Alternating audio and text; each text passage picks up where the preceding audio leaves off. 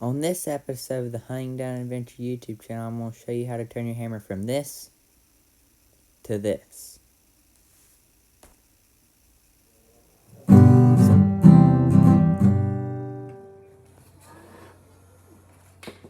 So you want to start with scraping the varnish off of it with some tool you have sharp. For this, I just used a chisel. It happened to be the closest thing to me and ended up working really good in the end.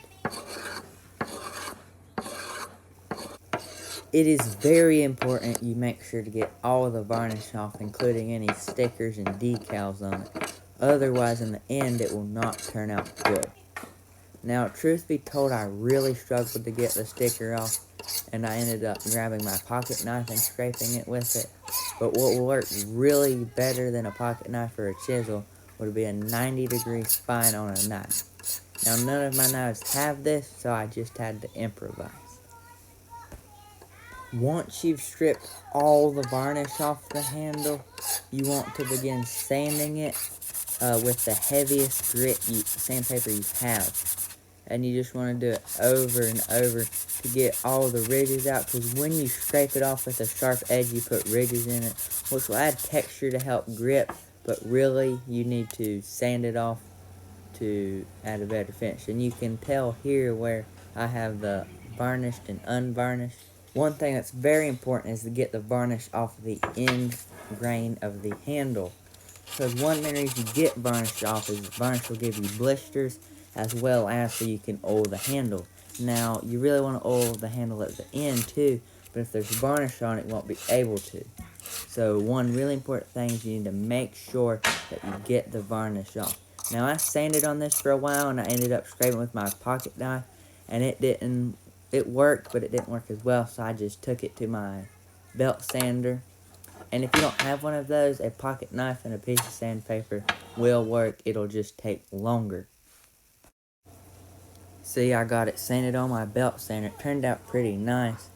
And now that all the varnish is stripped off, we want to do one last thing, which is sand it with 400 grit sandpaper, which is what I had. So if you have something finer, use it, but that is the finest grit sandpaper I had to use, and it turned out working pretty good. So I wouldn't recommend going any higher though, because you're not done with the process of turning it in yet. So 400 grit is fine right now at the time being.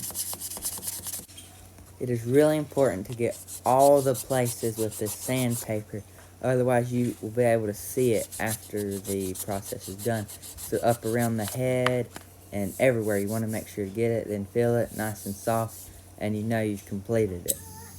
So now you light your map gas torch, which is what I'm using, and you basically want to slowly run it back and forth over it, and you'll find the sweet spot where it burns it and not like kind of melts it. See, I started finding the sweet spot here, and it makes the grain come out really nice. And it really don't take long once you find it, and you want to do every part of it, the sides, the front, the back, everything. And once you've completed that, you're basically done with the process. Now, but one thing I will warn you of is touching it afterwards. It will be very hot, because basically you've held a flame that is blue onto it, and blue is like a really hot flame, and you really just don't want to touch it or anything. Let it cool afterwards. And I ended up like turning it down so that way it wouldn't burn it as hot. And then I just found the sweet spot and kept going back and forth. And make sure you do the end grain of the wood, because otherwise it would look weird, but without burning yourself. Like, I didn't burn myself, but pointing it down at you, you don't want it to burn yourself. So as I talked about it getting hot, I just laid it on the ground to finish burning the top. And you can see the ground caught on fire, but I wasn't really around anything flammable to worry about. So it all worked out good in the end. I just really didn't want to have my hands anywhere near the flame as I moved up to the top where that was the only place I could hold it. So for safe precautions, I just laid it on the ground not to worry about it. So this is what it should look like when you're finished. It'll still be hot immediately afterwards, but in general, this is what it should look like.